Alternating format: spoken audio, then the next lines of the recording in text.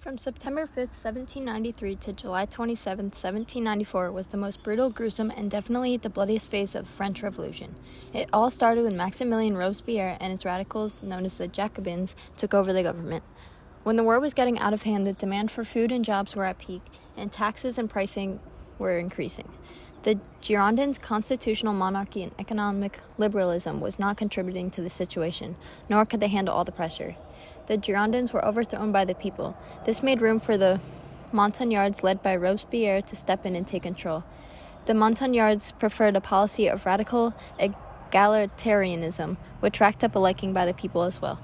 Robespierre declared that terror is the order of the day, and from that day forward the reign of terror would begin. The radicals' goal was to protect the revolution at all costs. If violence was needed, violence would be exerted. Terror became an official government policy. New laws were sprouted out of it. The law of suspects came to be, where if there was anyone suspected of being disloyal or an enemy to the revolution, they would be put on trial. Those on trial would go to the Revolutionary Tribunal, where they would be found innocent or guilty, and the punishments were varied. This trial spiked fear in everyone. You would have to be careful about what you said, who you said it to, what you did, and where you did it. There were not many ways around the system. A small accusation would find you guilty, even if it was just an anonymous tip from someone that did not like you. These trials led to a number of executions. 300,000 people were arrested, 10,000 people died in jail, or they were killed even before having a trial to prove their innocence. 17,000 people were officially executed by guillotine. Queen Marie Antoinette was one of the very first people to be executed during the reign after being put on trial for treason. Following her death, there were many names added to the list. Nobles and clergymen accounted for some, but a majority of those executed were Third Estate members. The Reign of Terror was a living nightmare. The violence would only get worse. Rights were being taken and destroyed. The Committee of Public Safety worked to come up with the law of prairial. This would make it so there was no longer an option of arrest, parole, or fines. There were only two verdicts in court. You would be found innocent and walk freely, or you would be put to death. The new law brought out new levels of insanity. It marked the record-breaking numbers of executions, and at this point there was no way back until it ended.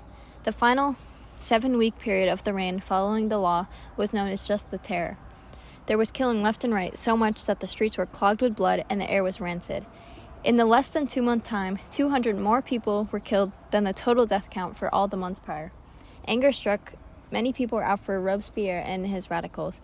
Robespierre feared his life and was afraid that even his own shadow would assassinate him.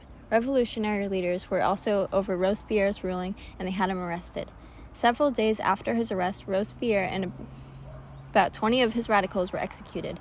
A cheering mob surrounded them as the blade of the guillotine removed Robespierre's head. July 27th was the date that marked the end of which felt like the never-ending reign. Although it was the worst phase of the revolution, it was important and had long-lasting effects. The reign protected France from foreign invaders and gave them a government again that would keep everyone in order.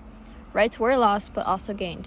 One of Robespierre's close associates, Georges Couthon, was bound to his wheelchair, and during the reign he granted more rights for the poor and disabled, which were never present before. The reign brought lots of death, destruction, and decline, but overall the government's power was regained and strengthened. Most of the deaths were on those who were threats to public safety.